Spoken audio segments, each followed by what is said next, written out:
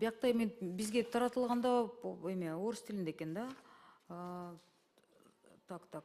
Поручительство предоставляется по решению Кабинета министров юридическим лицам, резидентам Кыргызской Республики в целях оказания государственной поддержки для обеспечения устойчивого экономического развития. Порядок и условия предоставления поручительства определяется Кабинетом министров.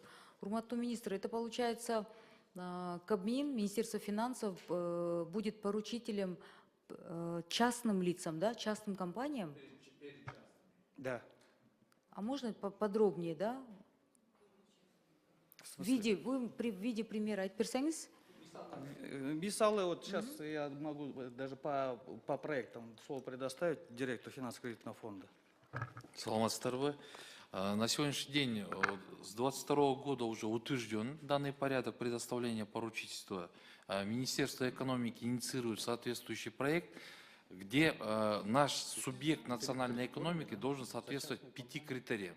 Это обязательно резидент Кыргызской Республики. В течение 5 лет он должен осуществлять деятельность, из которых последние 3 года должен иметь 3 года положительной деятельности. Далее, имеющая обязательно стратегическое назначение для страны.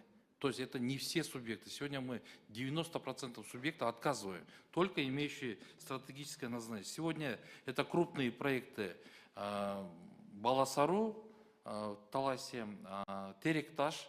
В прошлом году был открыт текстиль, ГЭС Куланак и вот Ушоғын. А чьи это компании? Как? Чьи это компании? Это отечественные компании. Но это частные компании. Это частные компании. А если в один прекрасный день они смоются? Поэтому... Помашут ручкой. У нас же такого много. У нас сейчас со стройкомпаниями, именитые стройкомпании, именитые люди там кидают наших граждан, мошенников. А сейчас это, получается, бремя потом сядет на плечи наших граждан, государства. Это в рамках... Как вы можете быть поручителем? Тем более последние 3 года. У нас по 10-20 лет ведут бизнес, и в итоге их аферистами обзывает государство или ГКМБ. У нас поручительство обеспечено средствами, которые мы закладываем в бюджет, не более. Еще раз повторите. Сумму поручительства мы закладываем в бюджет. И мы поручительство даем в рамках рассмотренного объема. Не, но все равно это репутационные же риски тоже очень высокие. В глазах международного сообщества без инвесторлар тартып келе албай жатсак, анан какой-то непорядочный акыркы 3 эле жылды карайм деп атасыңар да. То есть мына акыркы биздин ызычууларыбыз көп да. Мне как-то это сложно понять. Как вы будете гарантировать им, что они будут уверенно, хорошо работать, они вас не обманут деген сөз болот да, мамлекет кепилдик бергендей болот да, поручитель болот да. Тем более частным компаниям. Это получается компании, которые аффилированы с представителями Министерства финансов. И так в тендерах очень много разных этих вопросов у граждан возникает. Дороги ремонтируют, только аффилированные с госслужбой адамдар, чоң кызматта иштеген адамдар менен гана. Можно конкретизироваться, аффилированность с Министерством финансов, что вы имеете в виду? Вы знаете, я думаю, это и для вас, и для нас не секрет. Очень много вещей, которые обсуждаются негласно. Кто тендера у нас выигрывает, как они выигрывают, у вас есть закрытые конкретно списки. Факты по этому поводу, вы сейчас Минфин... вы не переходите, пожалуйста, на эмоции. Не, я не на эмоции. Просто я в парламенте так же, как и вы.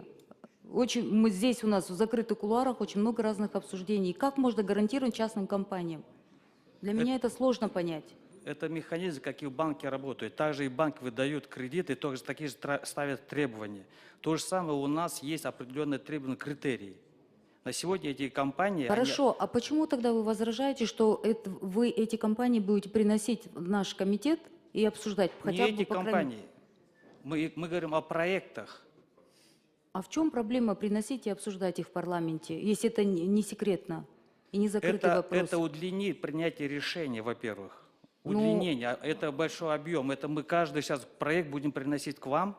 Уважаемый господин министр, вся страна, ладно, первый вопрос, он вам не понравился, вся страна знает, как законопроект у нас проходит, когда очень надо. В 3 чтениях оперативно, за 1 день. Если надо будет, то и в 3 чтениях оперативно через парламент вы все что угодно можете протащить. Вы же это тоже знаете.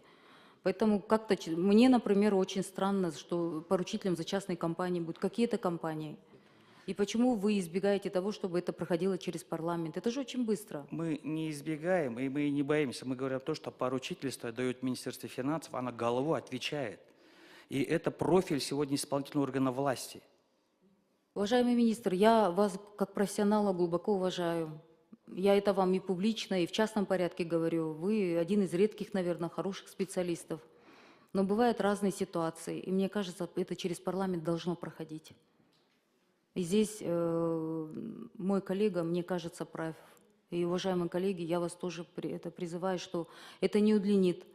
У нас в 3 чтениях очень быстро все проходит. Но, по крайней мере, мы будем знать, какие это компании, какие проекты. И прозрачно ли это прошло вообще, как это проходит. Мамлекет Биртаровна, мындай парламенттің хотя бы комитетін өткөрүп койгула да. Не надо через 90 депутатов, но бюджетный комитет. Тем более государство там гарантирует кому-то что-то.